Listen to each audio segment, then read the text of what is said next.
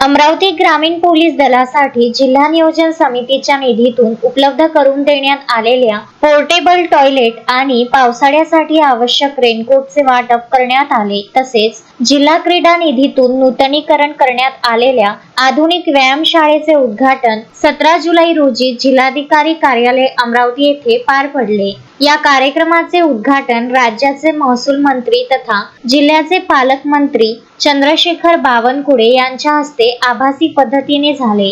यावेळी विविध लोकप्रतिनिधी आणि वरिष्ठ पोलीस अधिकारी उपस्थित होते।